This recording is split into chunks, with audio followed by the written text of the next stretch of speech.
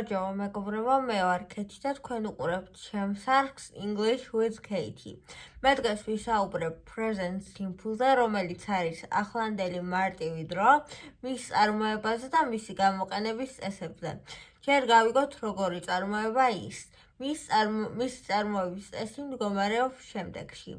პირის ნაცვალსახელს დამატებული ზმნა საწყის ფორმაში თუ ნაწილაკის გარეშე. მაგალითად, I sing, მე ვმღერი, you sing, შენ ან თქვენ მღერით, we sing, ჩვენ ვმღერით, they sing, ისინი მღერიან და ასე შემდეგ. ეხლა საინტერესოა რა ხდება მაშინ, როცა საქმე გვაქვს მესამე პირის სხვაობით რიცხვთან, ანუ his-თან, she's-თან და it-თან. ამ შემთხვევაში ჩვენ ზმნას უნდა დავუმატოთ s ან es სუფიქსი. ოღონდ გამონაკლის ვუშვებთ have-თან და has-თან, რომელიც ნიშნავს ქონაყოლას. ამ ზმნებს არაფერი არ დაემატება და არანაირად არ იცვლება.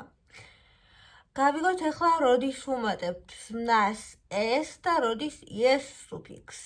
თუ ზმნა ბოლოვდება s-ზე, ორ s-ზე, sh-ზე, ch-ზე, x-ზე ან o-ზე, მაშინ ზმნას ემატება es სუფიქსი, ხოლო ყველა დანარჩენ შემთხვევაში ზმნას ემატება s სუფიქსი.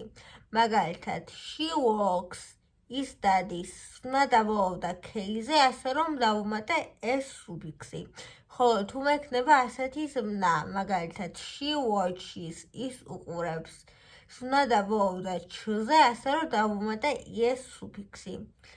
ეხლა გავიგოთ როგორ ვიქცევით მაშინ, თუ გვინდა რომ წინადადება გადავიყვანოთ კითხვითში ან უარყოფით ფორმაში. მაშინ ვიყენებთ ჩვენ დამხმარე ზმნებს do და does. Do-ს ვიყენებთ I-სთან, you-სთან, we-სთან და they-სთან, ხოლო does-ს ვიყენებთ his-თან, she's-თან და it-თან. მაგალითად, მე მინდა ვიღაცას ვკითხო, შენ მღერი? Do you sing? ასე დავსვა ამ კითხვას. ხოლო თუ ის მღერის მეტყვის yes, I do და თუ არ მღერის მეტყვის no, I don't. ეხლა გავიგოთ რა ხდება მესამე პირის სხვაობით რიცხვში და როგორ გადაგვყავს ზმნა კითხვითში და როგორ უარყოფით ფორმაში. მაგალითად, მე ვეკითხები, does she sing? ის მღერის? მე დასაწყისში ვთქვი, რომ მესამე პირის სხვაობით რიცხვში ზმნას უნდა დაემატოს s ან es სუფიქსი და წესით უნდა მეთქვა ასე. Does she sings? მაგრამ მე ასე არ ვთქვი. ასე იმიტომ მოვიქეცი, რომ ჩვენ გვაქვს დამხმარე ზმნა does, რომელიც იერთებს ამ ჩვენი ზმნის დაბოლოებას და ზმნა უბრუნდება საწყის ფორმას. და წინადადება გამოდის ასეთი.